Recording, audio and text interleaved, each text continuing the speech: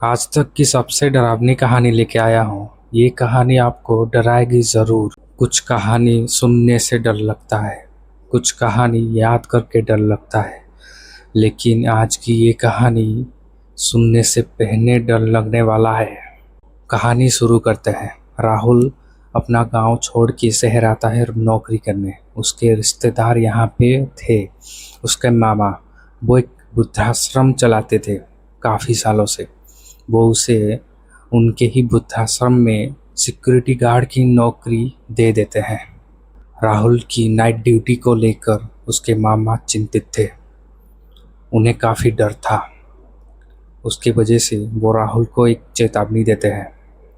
राहुल को वो कहते हैं, रात की 10 बजे के बाद बाहर मत जाना, ना ही आश्रम के अंदर से अगर कोई बुलाए या व्हीलचेयर की आवाज़ आए या फिर कोई भी रोए चिल्लाए कुछ भी करे, अंदर मत जाना और केबिन के अंदर बैठे रहना जब तक सुबह ना हो जाए। मैं अपने कमरे में जा रहा हूँ, अगर कुछ भी ज़रूरत पड़े तो मुझे कॉल कर देना, मैं आ जाऊँगा। इतना कह के मामा वहाँ से चले जाते हैं। राहुल के मामा के जाने के बाद राहुल अपने केबिन में जाके बैठता है। वहाँ टेबल में रखा हुआ एक पुराना टॉर्च है, एक किताब और एक थर्मस है चाय पीने के लिए। वो वहाँ पे बैठा हुआ था। ठीक रात के 10 बज रहे थे। तभी चारों तरफ सन्नाटा छा गया। कोई भी बाहर नहीं चल रहा था। सिर्फ रात की चांद की हल्की सी रोशनी उसके केबिन के अंदर तक आ रही थी। उसी वक्त अचानक गेट के बाहर कोई सडनली आके खड़ा हो गया। राहुल की आंख लग रही थी। वो सडनली चेयर से नीचे उतरकर खड़ा हो गया। वो देखता है कौन है, क्या चाहिए तुम्हें। तो वो आदमी कहता है, मुझे अपने पिताजी के लिए खाना देना है, मुझे अंदर जाने दो। तो राहुल थोड़ा चिंतित में पड़ गया। वो सोचने लगा कि बाकी सब मेंबर को तो रात के वक्त खाना दे दिया जाता है टाइम पर, तो ये कौन सा खाना लेके जा रहा है। तो वो डाउट करने लगता है और उसे भगा देता है। कहता है, नहीं, यहाँ पे बहुत रात हो चुकी है, सब सो चुके हैं, अब कल सुबह आ जाना, यहाँ से अभी जाओ। उस आदमी के चले जाने के बाद राहुल फिर से आके अपने चेयर में बैठता है। रात के 12 बज रहे थे। राहुल की थोड़ी सी आंख लग रही थी। वो थोड़ा सो रहा था। सडनली आश्रम के अंदर से बहुत ज़ोर से रोने की आवाज़ आती है। वो उस आवाज़ को सुन के उसकी नींद टूट जाती है। वो अंदर जाता है।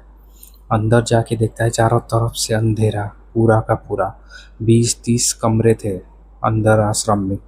वो अपनी टॉर्च ऑन करता है और देखने की कोशिश करता है कौन रो रहा है। वो उस आवाज़ को फॉलो करते हुए उस कमरे के बाहर जाके खड़ा होता है जहाँ से वो रोने की आवाज़ आ रही थी। उस कमरे के बाहर खड़ा होने के बाद वो देखता है वो आवाज़ सडनली बंद भी हो जाता है। सन्नाटा पूरा। दरवाज़ा को वो खोलता है, अंदर झांकने की कोशिश करता है और टॉर्च मारता है। अंदर कोई भी दिख नहीं रहा था। अंदर वो घुस जाता है। अंदर वो जब पहुंचता है, पूरे कमरे में अजीब सी गंध आ रही थी। वो उसे सहन नहीं कर पा रहा था। लेकिन वो जब पीछे मुड़ के आने की कोशिश करता है तभी वो दरवाज़ा बंद हो जाता है। वो ज़ोर से वो दरवाज़ा को खोलने की कोशिश करता है। वो दरवाज़ा खोल नहीं रहा है। वो बहुत ज़ोर से खोलने की कोशिश कर रहा है, फिर भी वो दरवाज़ा खोल नहीं रहा है। सडनली वो उसका पैर कोई पकड़ लिया और उसे नीचे घसीटने की कोशिश करता है। वो नीचे सडनली गिरता है, इतनी ज़ोर से गिरता है कि उसका मुंह ज़मीन में आके टकराता है। उसका खून निकलता है उसके नाक से। वो उसे घसीट के अंदर लेके जा रहा है। अंधेरे में कुछ भी दिखाई नहीं दे रहा है। वो चारों तरफ हाथ पैर मारता है, कुछ भी उसके हाथ में लग नहीं रहा है ताकि उसे पकड़ ले। फिर वो जो टॉर्च लेके गया था वो नीचे गिरा हुआ था, उसको हाथ में पकड़ता है और टॉर्च उसके पैरों के पास मारता है। वो देखता है एक बुढ़ा था।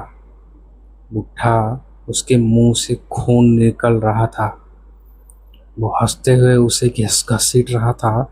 वो जितने चिल्ला रहा था, चीख रहा था राहुल, फिर भी कोई भी उसके आवाज़ सुन नहीं रहा था। चारों तरफ सन्नाटा। वो बुढ़ा उसके सर को दीवार में जोर से पटकता है। उसके बाद राहुल कुछ भी कर नहीं पाता है, ना कि जाने की कोशिश भी कर नहीं पाता है, हिल डुल नहीं रहा था। तभी वो बुढ़ा उसके सर के पास आके बैठ जाता है और कहता है, बेटा, मैं बहुत भूखा हूँ, क्या मैं तुम्हें खा जाऊँ? राहुल घायल था। तभी उसके मामा वहाँ पे पहुँच जाते हैं और राहुल को देखते हैं वो नीचे गिरा पड़ा है, उसके नाक से खून बह रहा है।